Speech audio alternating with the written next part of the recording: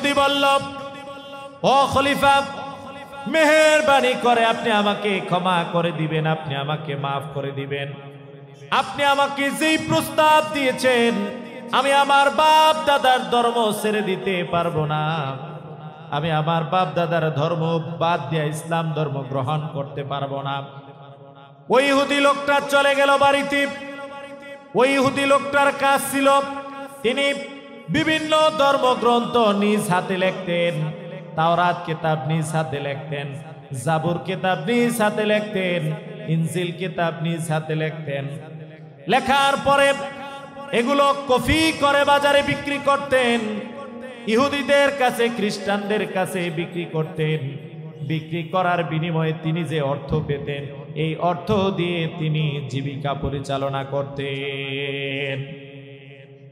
আমার বন্ধুগণ, ওই ইহুদি একবার মনে মনে সিদ্ধান্ত গ্রহণ করলো, আমি প্রমাণ করব এই পৃথিবীতে কোন ধর্ম সঠিক ধর্ম, কোন কিতাবটা সঠিক কিতাব।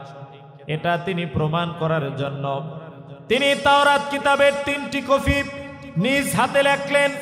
কিন্তু তাওরাত কিতাব আল্লাহ রাব্বুল আলামিন যেভাবে নাজিল করেছেন তিনি ওইভাবে লেখেন নাই, বরং তিনি তার থেকে মিথ্যা বানিয়ে তিনি তাওরাতের 3টা কপি লিখলেন। আবার তিনি জাবুরের 3টা কপি লিখলেন।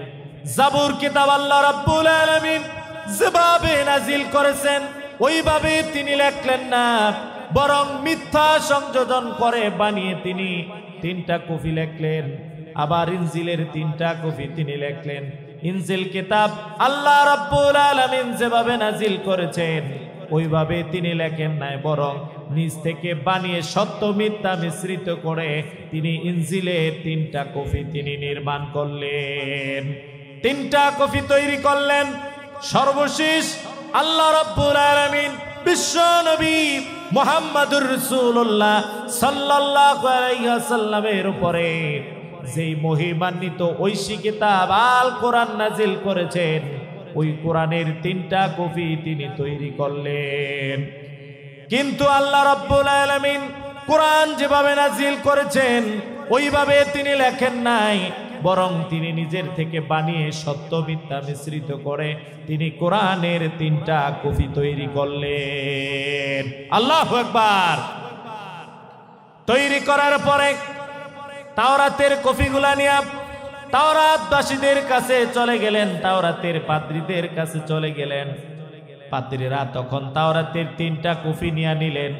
কিন্তু এই তাওরাতের কপিগুলার মধ্যে যে ভুল আছে, এই কপিগুলা তাওরাতের এই তৈরিকৃত কিতাবগুলা যে শুদ্ধ না, এটার মধ্যে ভুল আছে। তারা যাচাই বাছাই করলেন না।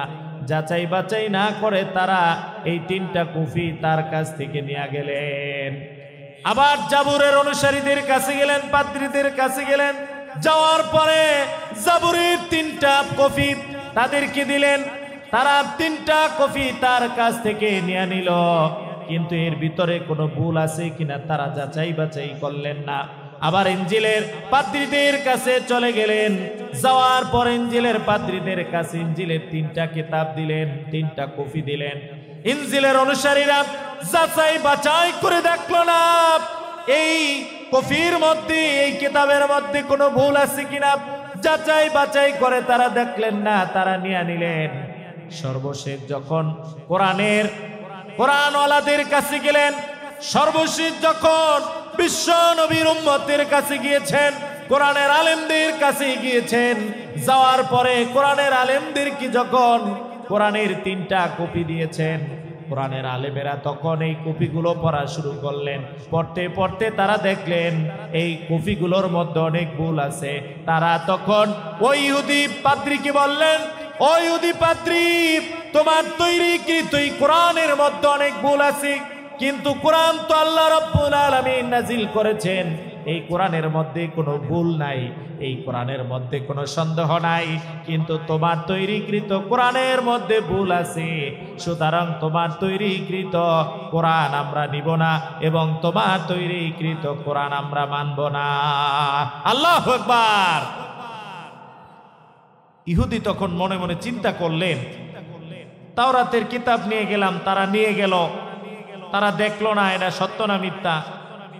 জাবুরের কিতাব নিয়ে গেলাম, জাবুরের অনুসারীরা নিয়ে গেল, অথচ এটার ভিতর অনেক মিথ্যা আমি লিখেছি। ইনজিলের অনুসারীদের কাছে গেলাম, তারা নিয়ে গেল, অথচ ইনজিলের ভিতর অনেক মিথ্যা বানোয়াট কথা আমি লিখেছি। সেম ভাবে আমি কোরআনেও অনেক বানোয়াট জিনিস লিখেছি যেটা কোরআনের মধ্যে নাই। অথচ কোরআনওয়ালাদের কাছে যখন নিয়ে গেলাম, তারা আমার এই কপিটি নিল না, আমার এই কিতাব তারা নিল না। তিনি বুঝে গেলেন এই পৃথিবীতে একমাত্র কেবলমাত্র যদি সঠিক কোন গ্রন্থ থেকে থাকে সেটার নামই হচ্ছে আল কোরআন, ঠিক কিনা? উনি মুসলমান হয়ে গেলেন, নিজ থেকে ইনি মুসলমান হয়ে গেলেন। অথচ এর আগে বাদশা মামুন তাকে প্রস্তাব দিয়েছেন, বাদশা মামুনের প্রস্তাব তিনি রাখেন নাই, নিজ থেকে ইসলাম গ্রহণ করে 1 বছর পরে বাদশার দরবারে গেলেন। বাদশার দরবারে গিয়ে বললেন, বাদশা আমি তো মুসলমান হয়ে আজকে আপনার দরবারে এসেছি।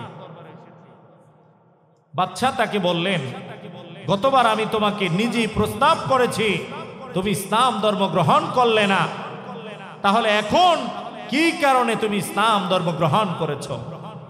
ওই ইহুদি তখন সব ঘটনা খুলে বললেন। বাদশা মামুন বললেন, ইহুদি তুমি সঠিক বুঝেছ, এই পৃথিবীতে একমাত্র সঠিক মাত্র মুক্তির সফলতার এবং আসল কেতাবের নামই হচ্ছে আল কোরআন। সুবহানাল্লাহ।